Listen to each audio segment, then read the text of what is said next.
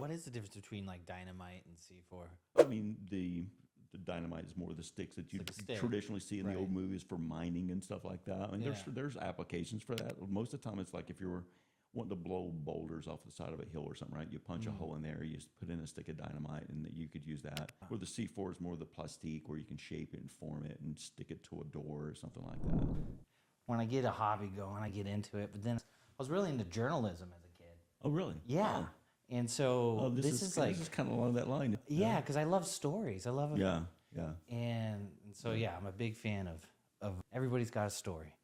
So yeah, well, thanks for joining me today, Lee. Yeah, thanks for having me over. Oh, my pleasure. And I just, yeah, I'm super grateful for, the trapeze yoga classes you offer, the yoga you do. And I know after a long day of sitting in the office for me that it makes a big difference in my body. And I just be really curious to, yeah, explore where you grew up and your life as Marine and how that affected your body and just really what led you to yoga. But yeah, I mean, where'd you grow up? So yeah, a little small town over in northeastern part of Tennessee. A lot of folks have heard of like Gatlinburg, Pigeon Forge, and Knoxville. It's up in that area there. It's almost Okay. in North Carolina, Virginia area. So a lot more conservative kind of mindset. That kind of places where I grew up. I was born on an Air Force base down in Keesler, but I was my dad's get out of Vietnam free card, if you will. So they sent him some orders. My mom was expecting me at the time, and well, they saw what she was expecting, so they delayed the orders to give him some time to be there for the birth. And then by the time the orders came back, his contract was too short to go to Vietnam. So back to Tennessee we went, and that's where I grew up. So yeah, Right so on. saved him a little bit of a mess over there for sure. Yeah. Yeah. Yeah. And then how did your dad inspire you to join the military, or how did that all work out? I think a lot of it, I had a lot of military in my family. My dad was Air Force. My uncle was Air Force. I had a grandfather in the Army. He was there when, Okinawa, the Battle of Okinawa and all that. So I had uncles in the Navy. I had guys on submarines. So a big military family on both sides, my mom and my dad's side of the family. So I think that was kind of always there. It was just, nothing I was committed to, but it was just kind of always there as an option. And mostly back in that area in Tennessee and North Carolina, it's a big factory market of furniture, right? So I was doing that. 20 years old, I'm working in a factory, and they make the foam for furniture, and then you got to cut it out. So I was doing a lot of that kind of factory labor stuff, and not making bad money as a young kid. It was pretty good money for back in that area, but I just didn't agree with a lot of, I guess, some of the mindset back there was a little bit not in line with me. There were still a lot of, and this is years ago. This is way back, but there was still a lot of predominant racism and things like that in that area, and I had no business with that at all. I don't know why. I was just different. I grew up different. My parents weren't like that, but there was a lot of that in that area. So I felt like I needed an escape, and I was looking to college, but I got accepted at East Tennessee State and some other universities back there, but I don't know. Something was calling me. It was time. It was time to go. Time to get out of this town. So, I decided, well, I had all these Air Force, Navy, Army, and everybody else in the family, but no Marines. So I guess I'll do that. So Okay. that was kind of my thing. Yeah. Just do something a different branch than. Yeah, a little bit different branch. My dad was kind of, I think he was a little bit, he's passed now, but I think he was a little disappointed I didn't follow the Air Force path. And the disappointment was probably more out of concern, because in the Air Force, you're less likely to be in harm's way. A lot of times you're in a different country, right, when things go down. As a Marine, you're usually right there in the middle of it. So I think it was a little bit more concern, but it kind of came across as disappointment. But I had a buddy in high school, and we were both kind of, thinking about this on and off the whole time. Matter of fact, we both applied right out of high school as we were graduating. And he got accepted and was gone. He took off, and then I got denied. I got denied because I had flat feet. They were still doing that back then. I guess they still do in some cases, but yeah. So I was denied, and so I wasn't eligible to go. He took off. My best friend took off. So there I was stuck in that town, and I don't like being told I can't do something. So back then they didn't, we didn't have internet. My kids always talk about AD, BC, and BI before internet. Well, I'm that guy. I'm before internet. So the records, I found out they only maintained those for a couple of years. And so I went back a couple of years later and tried again, and kind of messed with a flat feet a little bit, made a little fake arch, and tried that route, and got denied again. This time it was for acne. I got Interesting. Yeah, it was a hereditary type thing. It was like a little bit more larger spaces on the back and the shoulders. So in their mindset, they were concerned I wouldn't be able to carry a pack for 50 miles or something like that. So off to the factories I go. I'm doing that job. I'm waiting for 2 years to pass. Went back again, and I did some weird treatment that I think there's class action against it now. But I got rid of the acne, and the more they told me no, the more determined I was to go. So yeah, I finally went. I finally shipped off, and did that for the next 20 years. So third time was a charm. Third time was a charm. Finally get to go. Right. Of course, I was kind of an older guy at that point in boot camp. Most of the kids are like 18. Parents were signing; they were 17. And here I show up. I'm already 21 at that point. What was that like? Boot camp? Yeah, being a little older in boot camp. What was? Everybody's treated the same. It didn't matter. Nobody got to wear rank. And what I mean rank is a lot of times people go to boot camp. You're all privates, right? You're recruits. You don't have any rank yet. Yeah. Unless you do some other stuff, which I learned about. So before I went off to boot camp, I worked with the recruiters and helped them recruit people and everything else. That got me a meritorious promotion. So even though I didn't get to wear it, I was already a higher rank before I even went to boot camp. So I started making a little bit more money. And then I also signed up under they call it a quality enlistment program. So if you were in a certain job series, you had certain test scores, you qualified for it, and you did really well in boot camp, then you had the potential of getting another meritorious promotion while you were still in basic training. So about a month before I graduated boot camp, I got another promotion. So again, I didn't get to wear it until like the very end when we had our final formations, our final inspections and everything. I finally got to wear it. But it didn't matter in there. Everybody was just recruit. Yeah.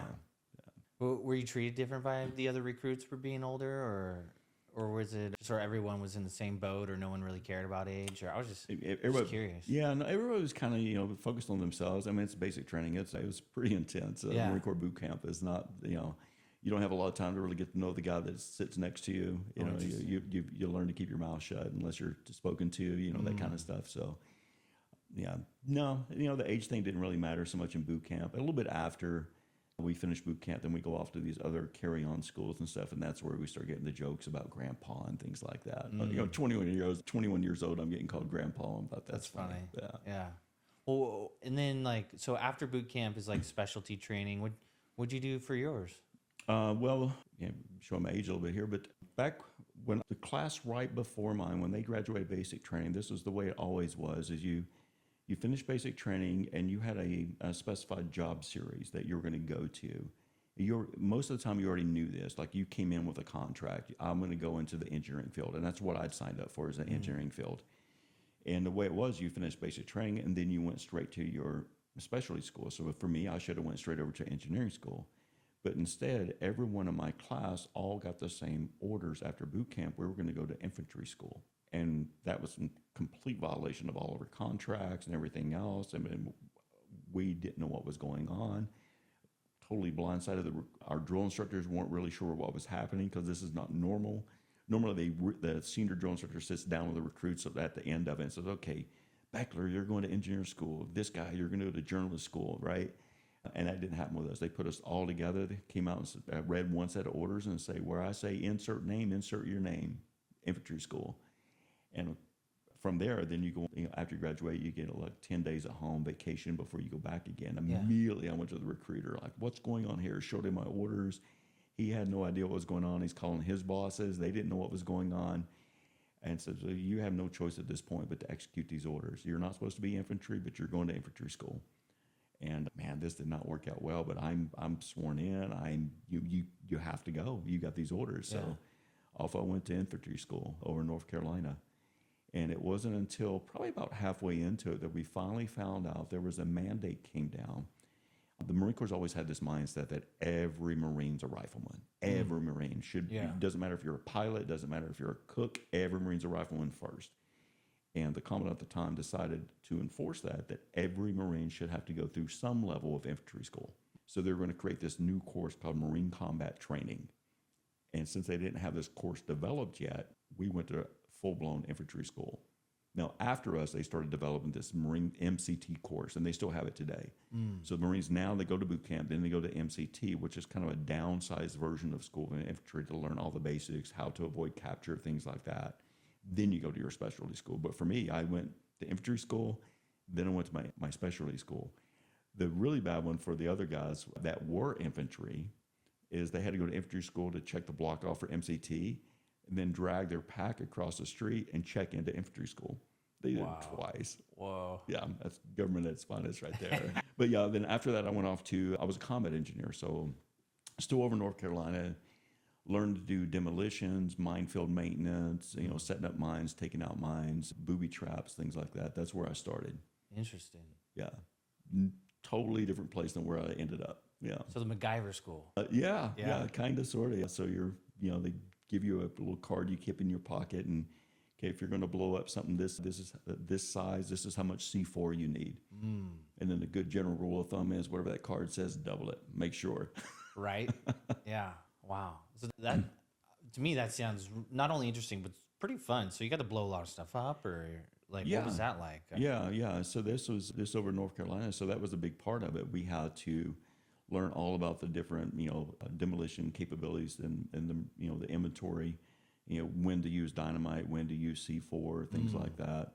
And then we would go out to the, demo fields, and we'd actually get to put practical application to use. So when to use like an electrical detonator, when to use like a time fuse, things like that. So it's all interesting stuff. Yeah. I don't even, what is the difference between like dynamite and C4?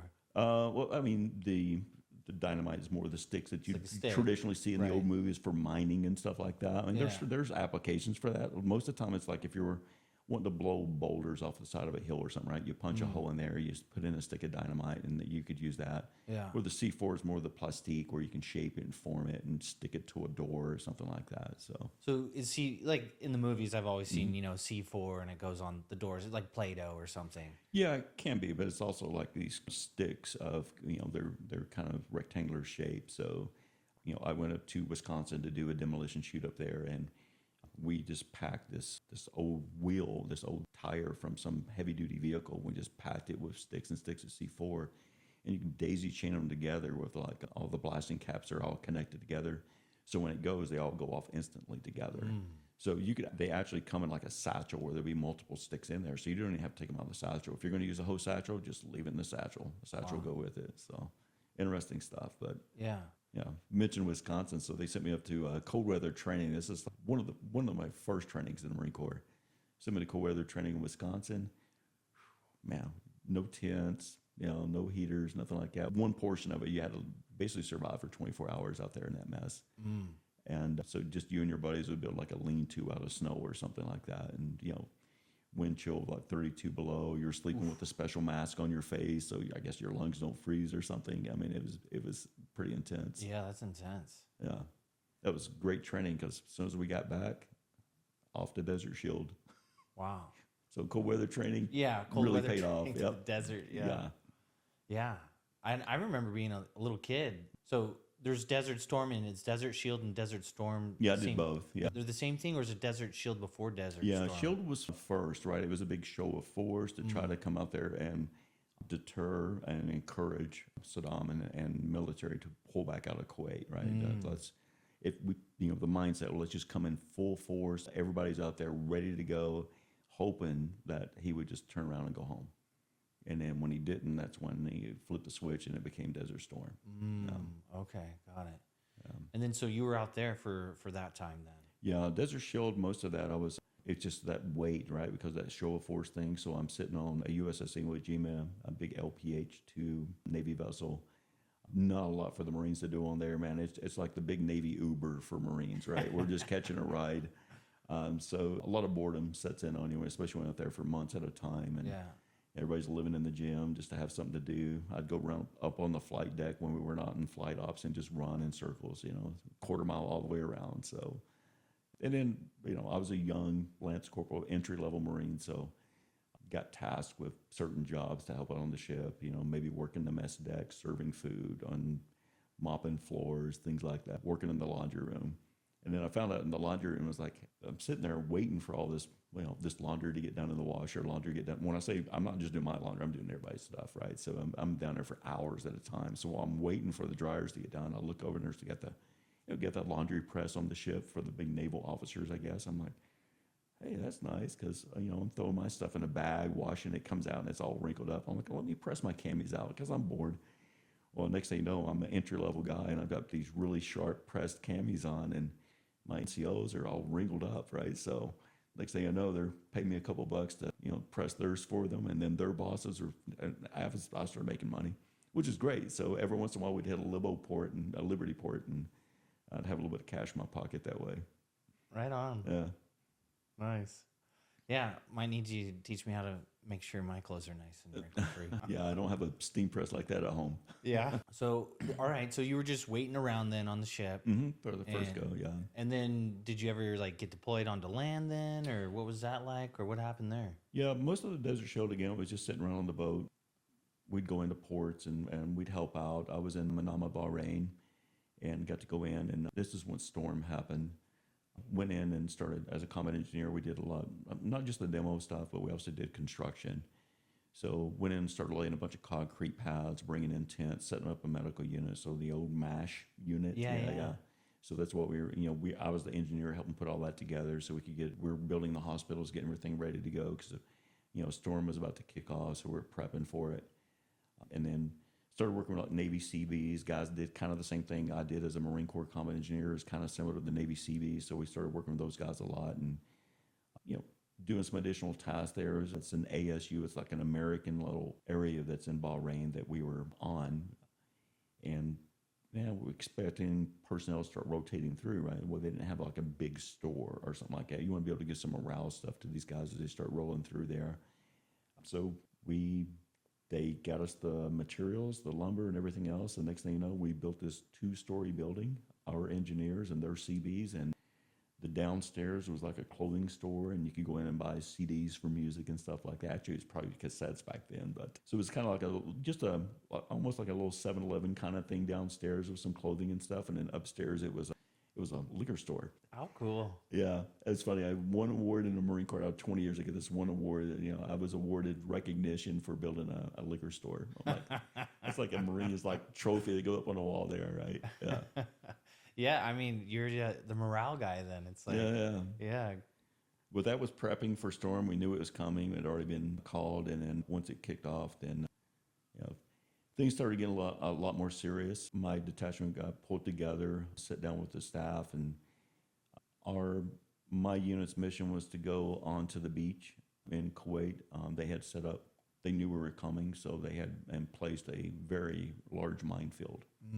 So we had infantry that was going to have to storm the beach, and then before they could, we had to come up and clear the mines so they could do their job. So it's not good when you're going in front of those guys. And we weren't equipped. I mean, the unit I was with, it was an air wing unit out of Cherry Point, and we had the old metal detector kind of minesweepers. That was old technology. Most of our technology back then was still Vietnam era because between Vietnam and Desert Storm, there was this long-lasting peace. And when there's long-lasting peace, you don't need a big DoD budget. You don't need the latest and greatest technologies. So we were still literally like a lot of our communication systems, our radios, our telephone switchboards. It's some of that radar O'Reilly technology where he's using patch cords and making phone calls. It was the same with our mine detectors. It was just really old technology, but that's all we had. Wow. So we were trying to figure out how in the world are we going to do this mission. Thankfully, I would skip to the chase here. That mission thankfully didn't happen because, it was over. Desert Storm was over in a blink of an eye. Right. So thankfully, we didn't have to go in there and do this mission because, quite honestly, we started getting our intel. We started getting our classified briefings on what technology they had on the beach. And it's almost like, you go to, I don't know, swap meet. And he just got mines from all these different countries to include the United States. Like he had stuff from everywhere. So some of the technology if you would have took that old school metal detector out there and swept over these mines, well, they had like magnetic influence triggers on them. So any kind of metal would have got too close to the mine, it would have just triggered it. You wouldn't have to touch it. You just have to get metal near it and it would have triggered it. Wow. So we're like, okay, maybe that's out. And we had nothing else. So we're thinking like the old school laying down on your belly, using the stick and kind of coming in at an angle and what we call probing for mines. And so a lot of his mines, he had like these little, I guess I'm drawing a blank on it now, but like your line levels, the little bubbles. Yeah. He had some of those. So like if you shook them too much, those would trigger it. So we're like, okay, that's out. So then we're like looking around. we're engineering unit, so we have these big bulldozers, and we just took some big heavy steel. The ships always have this stuff for repairs if they need it. Yeah. And we just started welding it on, making big strong bellies underneath the dozers, and we had some anchor chain. We welded between two blades of these dozers, and that was our plan. We're just going to drive across and blow them in place. And like I said, after we did all that work and all the welding and everything else, it was over. So thankfully, nobody had to go out there. But it was really interesting seeing when they came down looking for volunteers that the people that stood up, and it was almost unanimous. Like everybody was standing up and ready to go. And I think that's what happens. You put some guys on a boat and you just have them going out there in circles for months and months on end. They're ready to go do something. Yeah. I think that's a great idea with that bulldozer, and it's like an armored bulldozer just ready to blow up. I mean, that was the best we could come up with, because we weren't like, at that time, I was, the shop I was with, again, it was an air wing unit, so they don't traditionally do that stuff. You don't have a lot of minefields around the runways, right? Yeah. Usually the runways are in a different country, but so I was in a construction shop, so we didn't have a lot of the technology we needed to do that stuff. So, but our unit was the one that was tasked to go do it. So it's just weird way things like that work out. Yeah.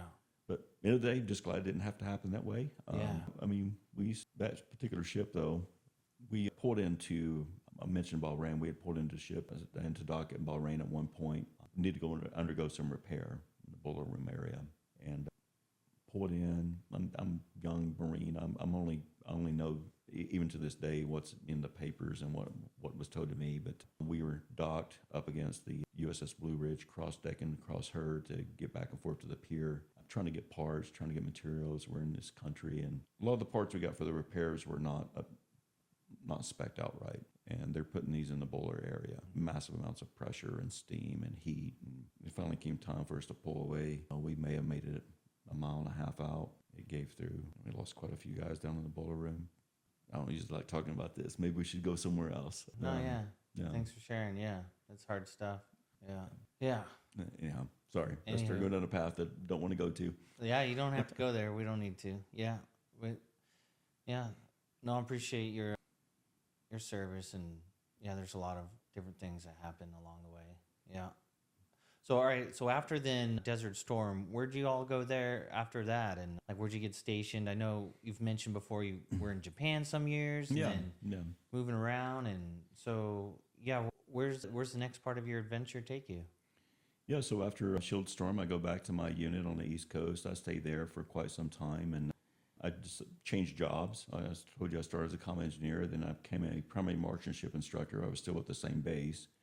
Just started teaching people how to shoot different weapons, the Uzi to the NCIS agents, shotguns to the military police, 38s to the game warden, M16 rifles to the active duty Marines, just a bunch of series of weapons I was proficient at and I was an instructor for. Did that for a while, and then I finally changed jobs into communications, and that took me away. And off I went to school out in this weird place called California. First time out here was out in Twin Palms. Oh, wow. It is a weird place. For a little country boy who grew up in a small little town in Tennessee, California was something else.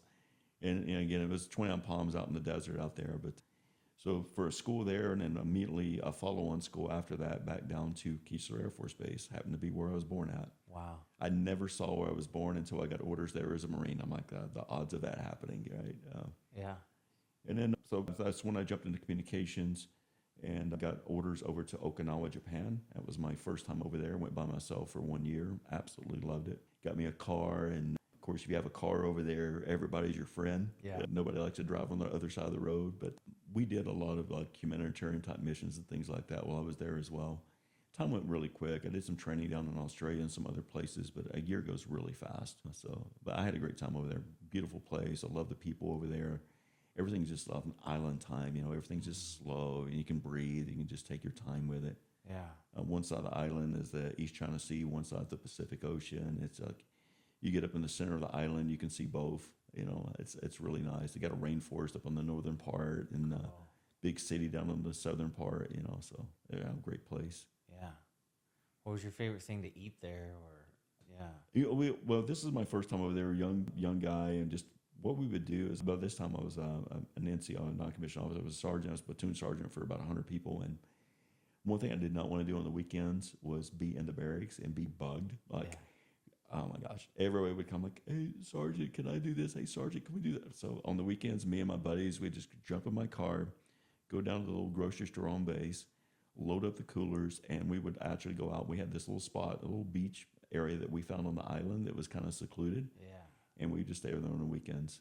So the best food I ate was right there on the beach. It was just stuff that we throw in the little hibachi or something out there and just sleep under the stars. It was awesome. Oh, man. I didn't really jump too much into the culture because, again, that year was like really fast. I was always gone. It wasn't until later, the second time I went with Raina, that I really started, my wife Raina, that's when we really started getting into it a lot more. Yeah. Well, how did you two meet? Like, how did, when did she enter into the picture? Like, yeah, so after my first tour in Okinawa, I get stationed back here in California, a little place called the Marine Corps Tactical System Support Activity, which happens to be where I work at now. I got stationed there, and I was there for quite a while. I changed jobs again and again and again. It was always in communications after that, but I kept changing jobs because I'm just a nerd. I'm a geek. I like to touch equipment. And as you get promoted in the ranks, you're not supposed to be the guy on the equipment anymore. You're supposed to be in charge of the guys that's touching the equipment. Right. So I would change jobs to more technical, so I would still be expected to be on the equipment because that's just who I am. But so while I was there, one of the guys I worked with was telling me about this running club thing that he kept telling me about, and it's an interesting thing. It actually started with the New Zealand military, is what I'm told, the history of it, where it began. And as they would go around, they would kind of take this practice with them and share it with other countries. And then the next thing you know, it's all across the planet. They call it a hash run. And it's basically everybody shows up at these runs, and a couple of them have been designated as the hares, like a week before they get designated as the hares. So they plan out the run route. And then they get a head start at the run. When the run actually happens, they get a head start, and they're laying a trail. So maybe they're carrying a bag with baking flour out of the kitchen in it or something, and just throwing puffs of flour every once in a while on the ground. They get a little head start, and then the pack gets released, and the pack's job is to try to catch the hares. Oh. It's just a lot of fun. Yeah. You know? And they can do things to slow you down. They can draw like a little symbol on the ground that means intersection. So now you have to figure out, did they go left, go straight, go right? So you might run all the way down to the right, and you're seeing a fake trail. Oh, boy. And then there'll be a signal that lets you know that it was a fake trail, and you have to go back again. Okay. So they're doing all these little things to slow you down, too. And it's the group I was running with, and it's everywhere, right? And this particular group is like here in North County, and every club has a little bit different flavor to it. Like the San Diego group, it was more about checking your pulse. It's going for the speed. You know, it's a run. Yeah. And most of them were just like on the asphalt or the sidewalks, but not the group I ran with. It was dirty. If you had both shoes when you got home, that was a good day. Running through the mud, the muck, and everything else. And I just had a great time. I love the cross country stuff and just doing it with a bunch of friends out, doing fun stuff like this. And lo and behold, that's how I met Raina, my wife. She happened to be out at one of the beach bars down here in Southern California somewhere, and saw these group of friends over there just having a really great time, and she just kind of got drawn to them and got introduced to them while they were there, all just hanging out together, and they invited her to come out and do this run thing, and she'd never heard of it. And so her first time out there I was, and we just immediately connected. We were friends for a long time, just through that process, and then just over time it just became more and more, and next thing you know, man, we're still here, still together. Right on. But started a running club, getting her shoes lost. How fun. Yeah, and she calls it, we call it Cake Day. It was her nephew's birthday, and all the family was together. Her family always does this for the birthdays. They all get together, and they're all getting together. They're having a meal and everything else, and tradition always have cake at the end of it for some dessert. But she heard about, they were talking about going to this run club, go to this run club. So she was like, well, that's right now. It's about to start. So she left before she had cake. So, and if she had not left the birthday and made that run, we may have never met, because she had no contact with these people. She only knew about that day, that run, when and where for that day. And it always changes. The location's always different. Wow. So that's why we call it Cake Day. If she had not skipped cake, we would not have met. Wow. Yeah, it's serendipity for sure. Yeah. Cool. And then, like, you eventually got married. So you got married when you were stationed in California. Mm-hmm. Yeah. And And then, matter of fact, we got married in Carlsbad. You know the windmill? yeah, Yeah, that's yeah. yeah. That's we got married right there. There's a little gazebo out back by that windmill, and that's where Oh, we got how married cool. at. Yeah, Yeah, I love it. Over there, there's those beautiful roses or the flower they have the fields. big garden and the flower Yeah, fields are nearby. Yeah, yeah. yeah. We were looking up in Fallbrook, right? The Grand Tradition, but my goodness, I didn't realize like that they at that time they had like a 2 year wait. Yeah, Yeah, yeah, they're very they're popular. Yeah. yeah, very popular, and I've only been over there for Mother's Day brunch. Oh, they're You got a beautiful place with all like the so botanicals and gorgeous. everything, and it's really close to my home. On the weekend, as a matter of fact, it just happened last night. We can sit in our home and we hear the wedding playlist start up. They always have a DJ or something out there for the weddings. And Yeah. we live really close by, so we can hear their music, and we're like, we can almost pick which song's going to come next. Oh, that's Yeah. funny. Yeah, and you checked out those gardens and all that. Oh yeah, stuff. it's amazing back So there. beautiful. Yeah, yeah, it really is. We did a banquet. So our kids were in the Fallbrook High School marching band, Oh, right? okay. And we were band parents at one time, so we had to put together like the end of the year banquet, and we did over there at the Grand Tradition, the big old event tent. That was really nice. Great spot for photos and stuff too. Yeah, yeah. I can see why people like getting married there. Yeah. Yeah. That's cool. Yeah, I can hear my neighbors. They put on good parties on occasion.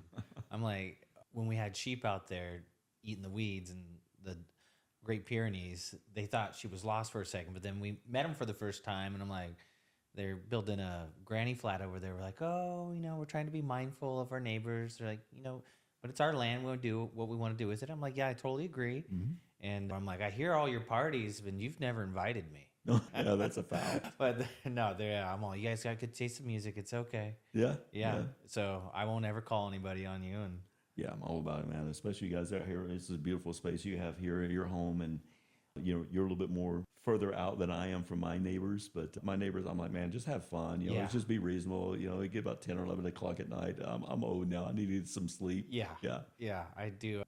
I love my sleep these days. Yeah. Yeah. And so, and so you're to Japan after you got married here. And then, what's that like? Because I know I've heard talking about sleep. I've heard, Yeah. You mentioned before, you had these sleep challenges. And you're physical, you're running all the time, staying in shape.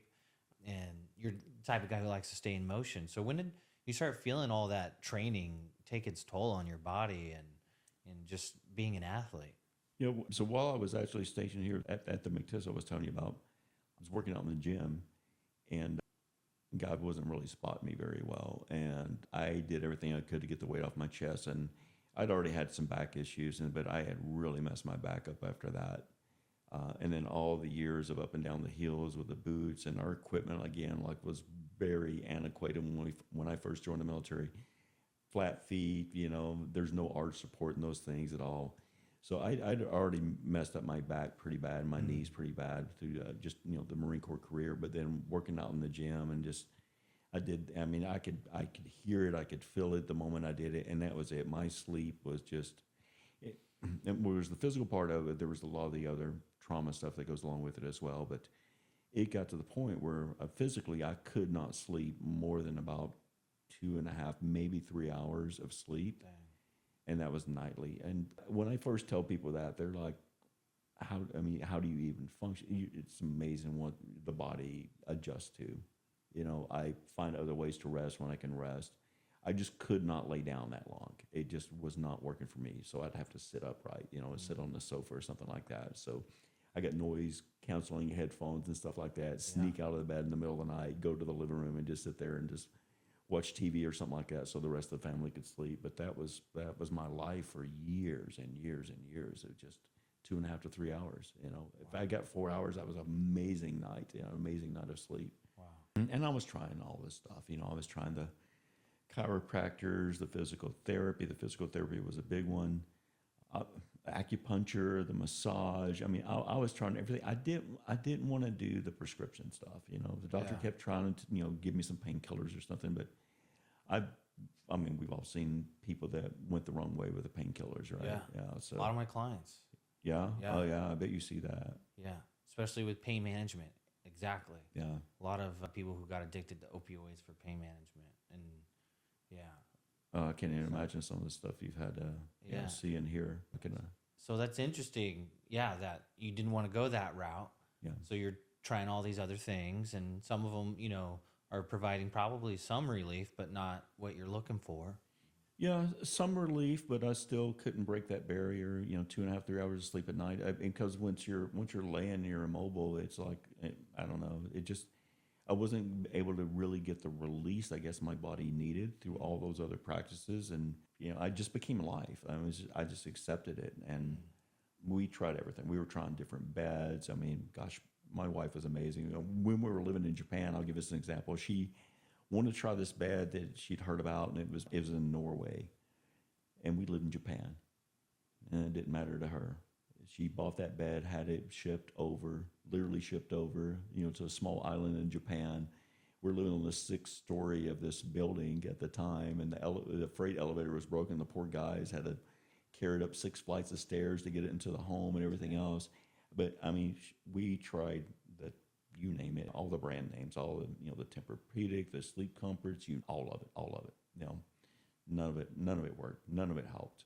And she loved some of them. She was able to sleep like it was floating on the cloud. Yeah. But for me, none of that worked. And she, started pushing her relief is she found yoga, and just really connected with it. And she was trying to encourage me to do that. But country boy from Tennessee, 20-year Marine, different mindset back there. I was telling you, a very conservative mind thinking back in the South. It still is today to an extent, but you can actually see yoga studios back there now. Right. Back when I was living there, what's this yoga thing, right? Right. Yeah, it was just like a really strange thing. It's really weird too because it's an indie-based practice, and over there, it's a male thing. Very few female over there. Traditional yoga.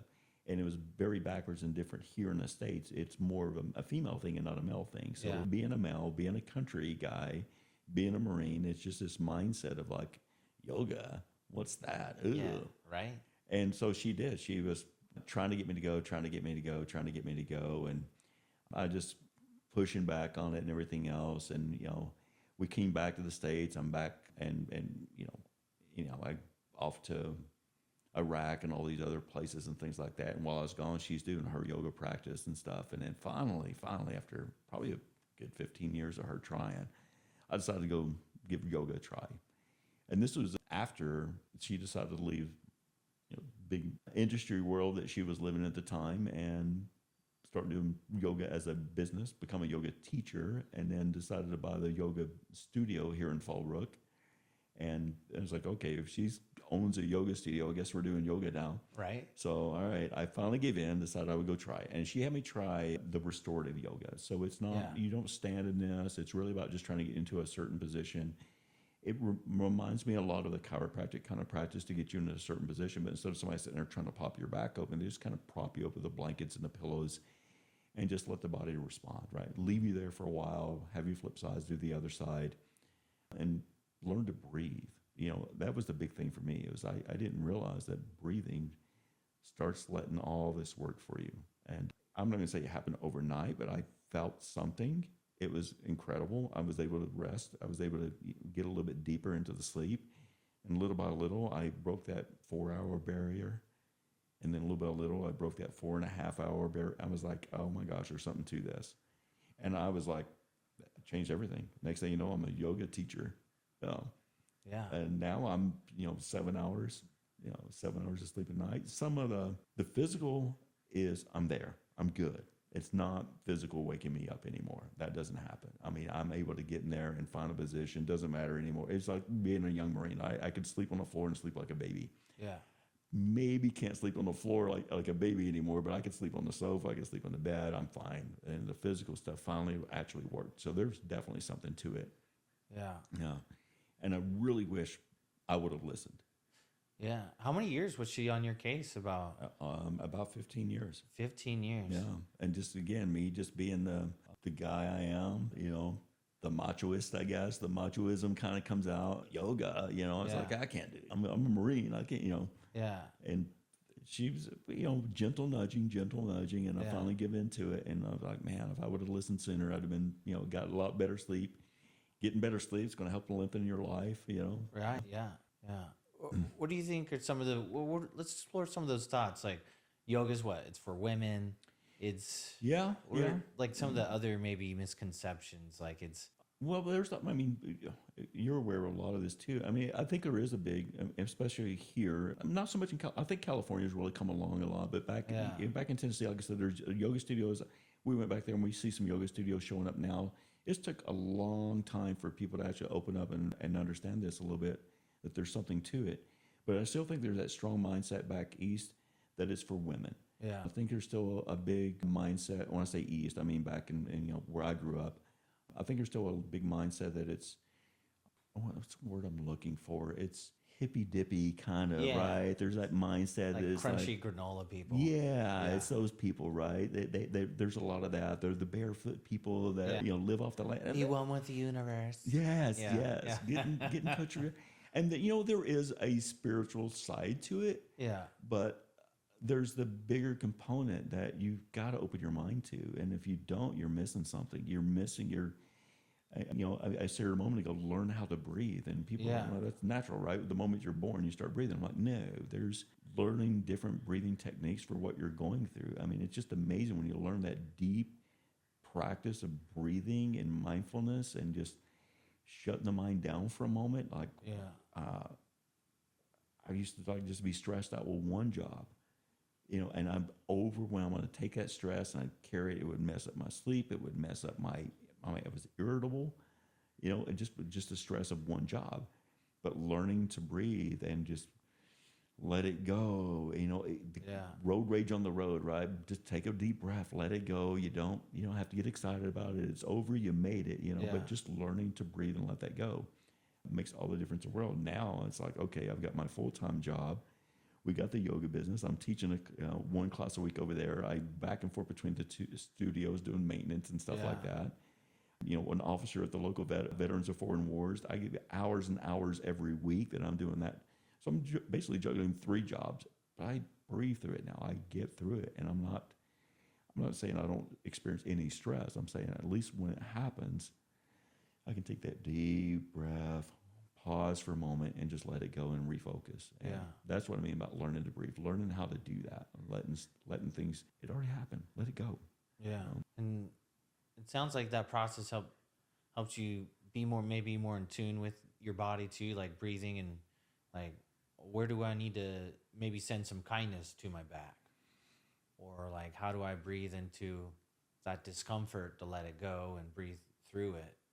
Yeah, you're right. It's not about just filling up the belly with a bunch of breath, right? It's like Yeah, trying to, and it's kind of hard to explain that. And for people to, and I'm not a breath coach, yeah, and it's something I've actually kind of thought about because I have found there's so much to breathing. There's a whole thing now, a whole path you can go on to become a certified breath coach, and be able to explain this a little bit better. But I just kind of like envision, like as I'm taking that breath, I envision like a tunnel, like I've got something going on in my lower back or something like that.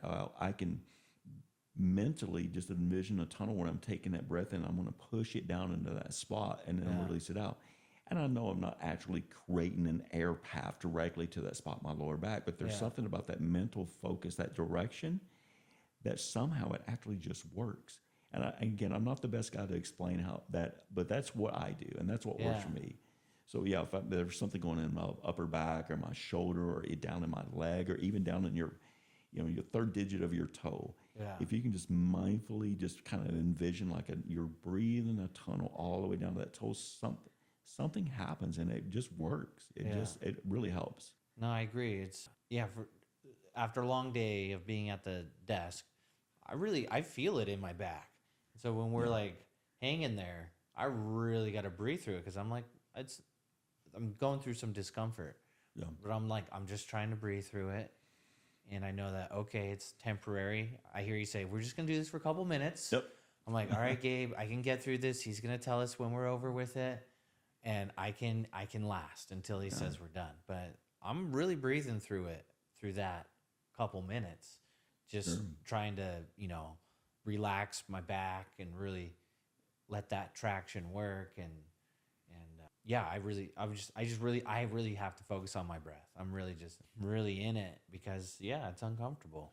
Well, you share one of the class I teach with the yoga trapeze. You're talking about the traction where you actually go to hang upside down, where you're kind Yeah. of being supported by the material at our hips. It is.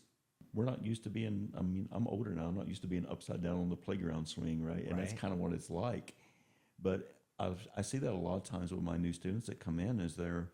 There's a couple of things. One is that fear of going upside down because we're not kids anymore, right? And it doesn't feel natural. It doesn't feel fun. And then once you're upside down, it's trying to settle into that comfortable spot. And then a lot of times you can't find that comfortable spot because you're tense. You're nervous about being upside down, so you're tensing and you're not letting the body relax. Yeah. And then it defeats the point. The point is once we're upside down, completely relax because now we're going to use the weight of the shoulders and the head and the arms to create some traction of the spine, create that little bit of space in between the vertebrae. But if you're tensed up, you're not getting any benefit out of that other than just being tense and creating more, you're not going to feel like a good relaxed practice, but it does come in time. You got to learn to breathe through it. And that's you're dead on. The first thing to do is learn to just breathe while you're upside down. I can do this. Big inhale, big exhale. You might be a little tense, but over time, you finally begin to let go. And the next part, of course, is finding a more comfortable position, how to place the material. Yeah. But you're experiencing the exact same thing a lot of my students do for the first time. I doesn't feel good. I'm upside down and it doesn't feel good. Well, it doesn't feel good because you're not able to relax into it. If you can finally relax into it, it's just, it's nice. You see some of the students in the room now that's been doing this for many years. Nicole is a good one. Yeah. She's been doing this for a long time. She gets upside down. She uses her hands on the floor. She kind of pushes herself so she's swinging, rocking back and forth. When she first started, it was the same thing. Oh, it wasn't comfortable. You just got to learn to breathe through it. But now here she is. She's back on the playground again, and I love it. And I love it. Yeah. And I totally agree. Like when we were little kids on the swings, I remember doing backflips off the swing, and you're doing that stuff and I'm like, okay, I remember doing this, but I have to be courageous and work through that uncertainty and fear a little bit. And it's fun, but challenging because I'm trying to tap into my inner kid. Yeah. And be like, we're just gonna have fun, Gabe. And so that's another thing I do appreciate about your class because it's different. Like I like the trapeze part because it's sort of like but different and so I really like that challenge and it's unique and I love that traction and just the playfulness of like trying to tap into that inner kid and have fun and strengthen my body and be healthy and And when you get to the point where you're having fun with it, then all of a sudden you don't even think about the benefits that you're giving your body right now. Not only the traction, but you get your head beneath the heart, right? That's an inversion. And then there's all these studies, and you can find laundry list of benefits of having your head down beneath your heart. These inversions, and that's what we do in yoga all the time. Even traditional mat-based yoga, right, where you're doing a downward-facing dog or something like that. The head's gently beneath the heart. There's so much benefit to that, but doing it in the trapeze, you're completely upside down. You're absolutely in an inversion, and it helps with stress, anxiety. You're relieving your back with the traction, so you're getting all of that stuff all at the same time. Yeah. They even say the inversions help with the complexion. I'm like, well, I wish I'd known that was a kid. I would have been hanging upside down on the playground longer, maybe. Right. But there's stress, anxiety, insomnia. I mean, the list goes on and on and on. So it's getting to that where you're comfortable with it, you're relaxed, you're letting go, and then you just walk out a little bit taller. No, I feel it. I do. I feel elongated. So I have an inversion table. My dad got me into that. Those are great. Retired firefighter, and he has a couple fused vertebrae. And so I remember seeing him do that, and I would do that. And then I saw your class, and I was like, oh, this is like a class on the inversion table, but different. Yeah. You mentioned the firefighters. Those guys are just like the military, like all of our first responders, especially the firefighters, right? The guys that they carry all that gear. The military guys, right? We're carrying the backpack. We got the bulletproof vest on. We got these crappy boots. We got the big heavy helmet. Firefighters, same deal. Yeah. I really respect those. The guys in New York are running up and down those stairs, right? Those big, huge towers, right? Yeah.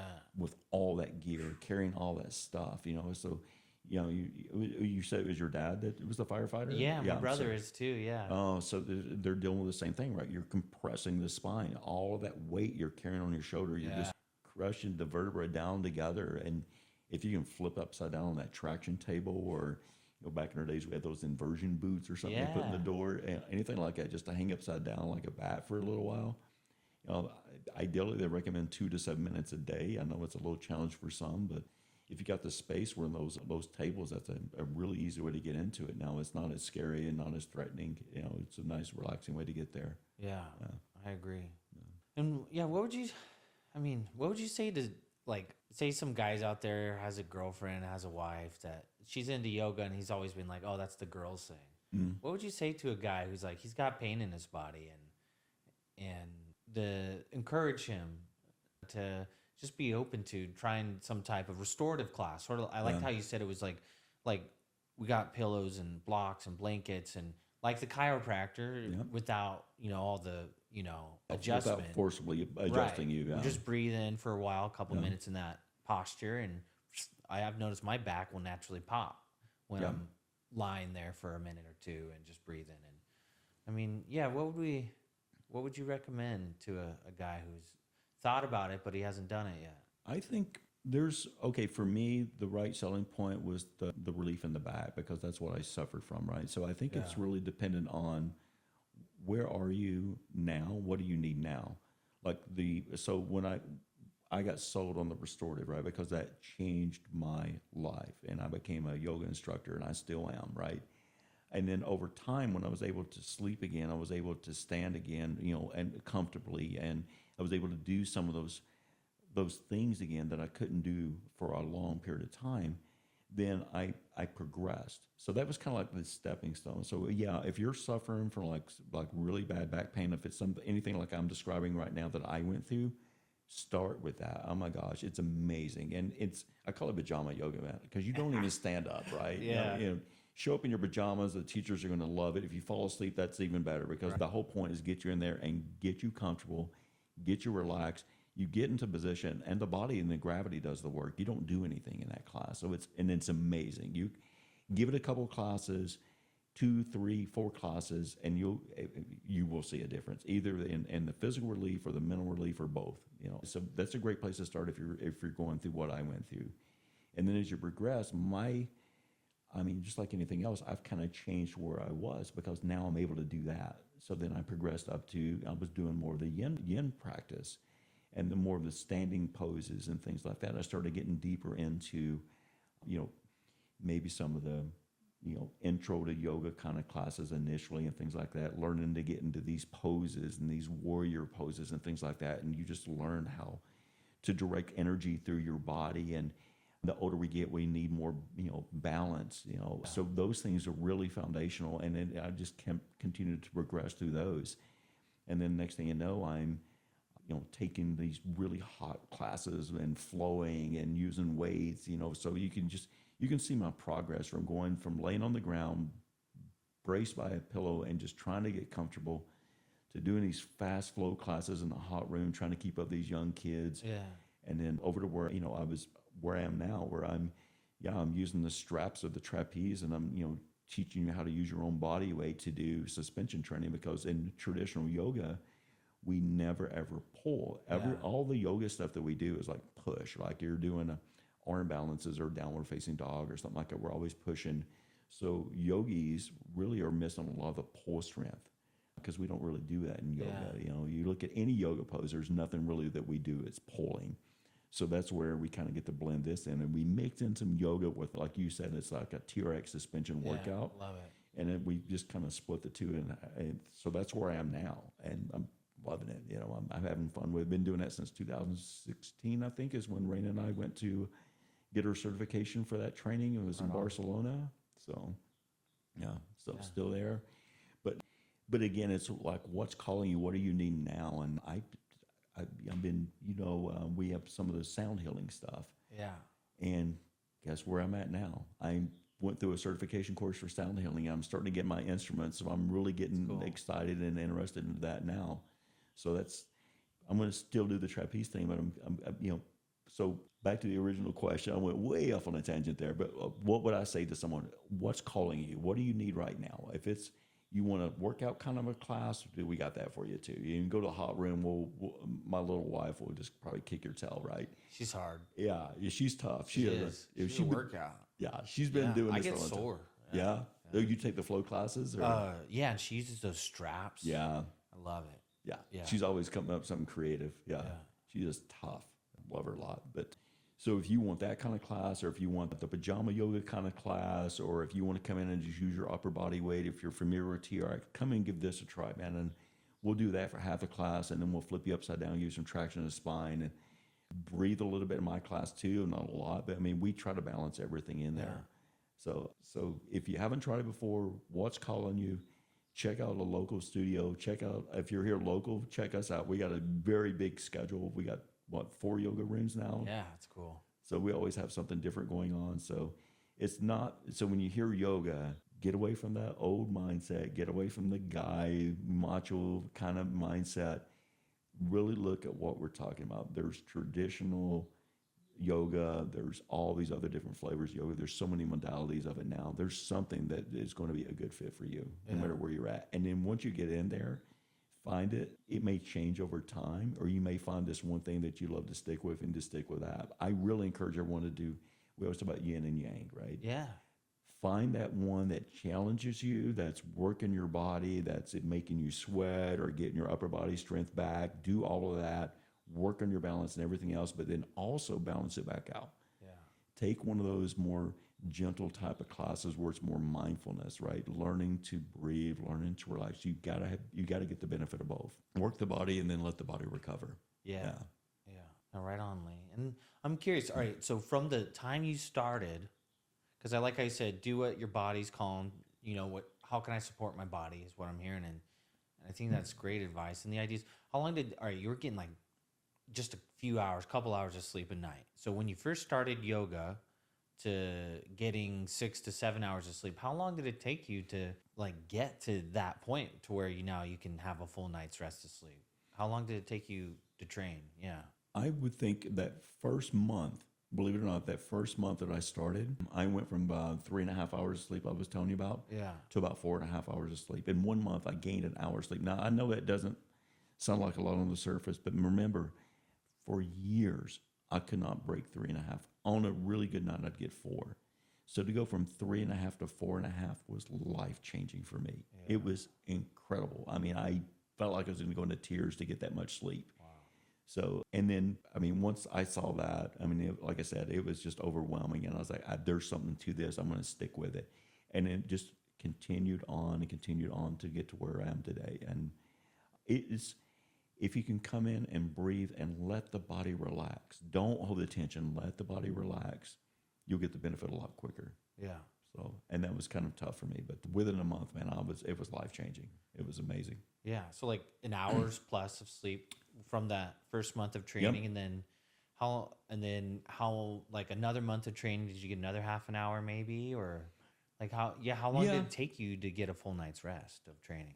I would say within all from the time I went from first started it, from my 3.5 hours up to about 6.5 to 7 hours, it was probably a 6 to 7 month journey to get there, which is not, but I was dedicated to it, right? So if you're only coming in, once a week, you're going to get some benefit, right?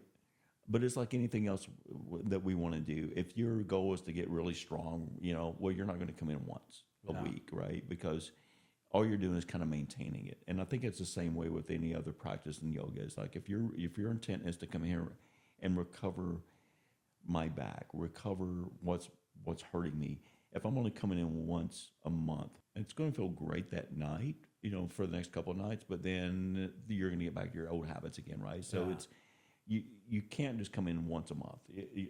You got to give yourself more than that. Yeah. So I was pretty dedicated to it. Like I said, the wife was buying a yoga studio. I'm like, hey, I get a pretty good price now. Right. So yeah, I just kept going. I just kept going at it. And how consistent do you think you're doing like every other day consistently or? Well, so once I realized that this is working for me, it kind of lined up with the part of the agreement to buy the business from the previous owner was that he would get me through a yoga teacher training. Yeah. As part of that. So because of the yoga teacher training, I was going almost like, twice a week for hours at a time. Yeah. So that really kind of kicked me into overdrive. But I think if you can find a way to do two, I know life is busy. If you could find 2 classes a week to attend to, you're going to get a lot of benefit of it. Obviously, if you can do more, you're going to get there even quicker. Yeah. But just doing once a week is just, I kind of feel like you just sustain where you're at. So if your goal is to improve, I feel like you need to do a little bit more than that. Yeah. I agree. Yeah. So I think, once a week is sort of just like maintenance. Yeah. Twice a week there will be growth. 3 times a week, there will be more significant progress.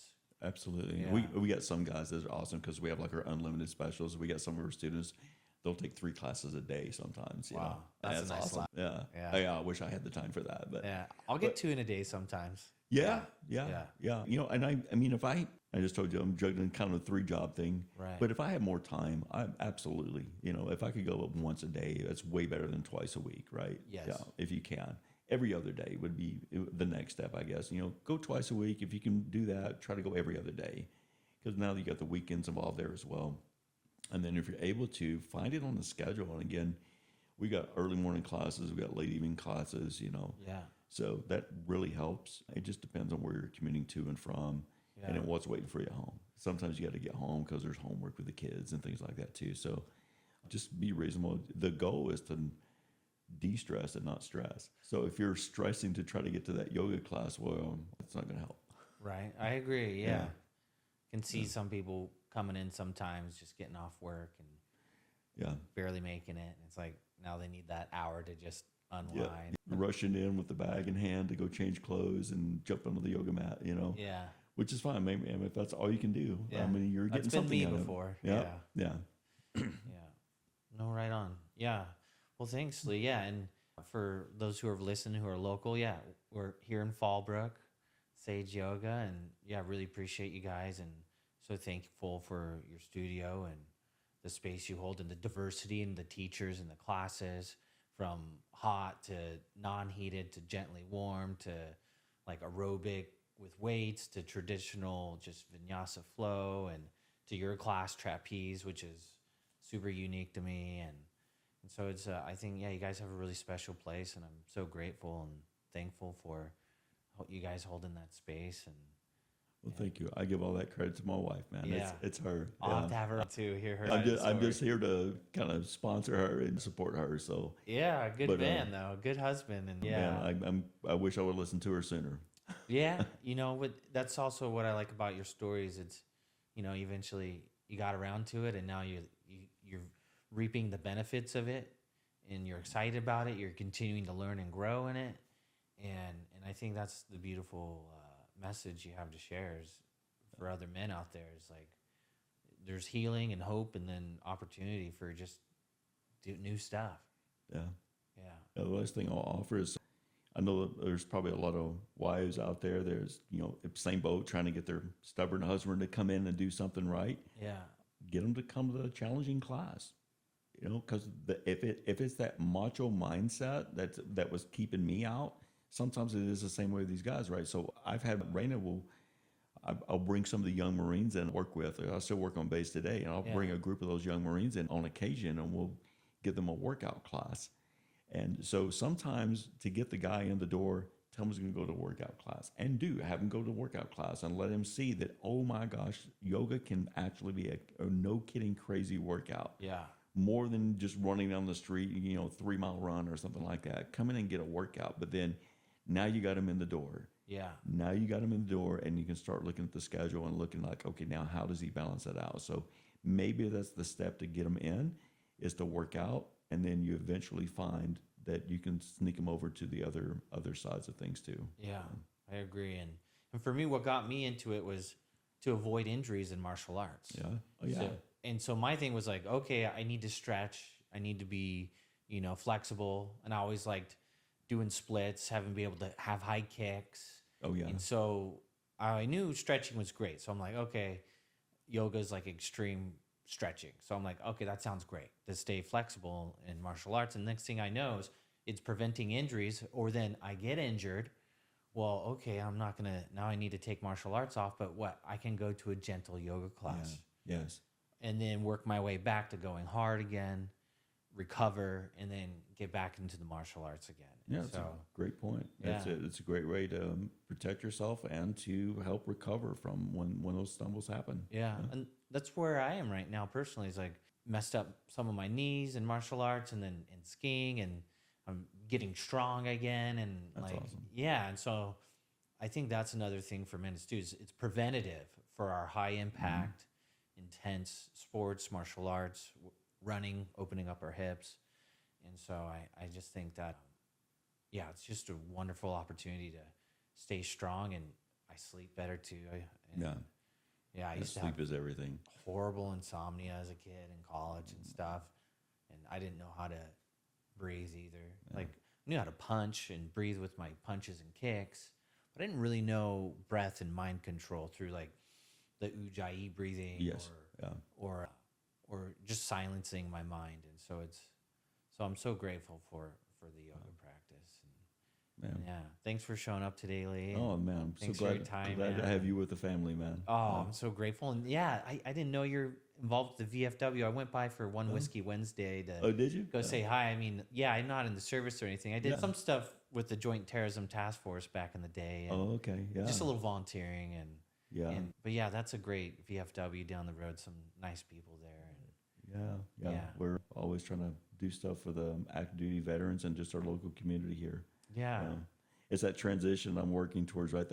That second retirement's coming. So you know what happens when you finally retire, then you get involved with your nonprofit. So I'm already Right. started. No, that's great. Yeah. So yeah, let me know if however I can Oh yeah, I'd be love of to. Yeah. service. Yeah, absolutely, man. Thank you. Yeah. So yeah, Yeah. thanks again, and I'll see you soon in class. All right, buddy. Thanks, man.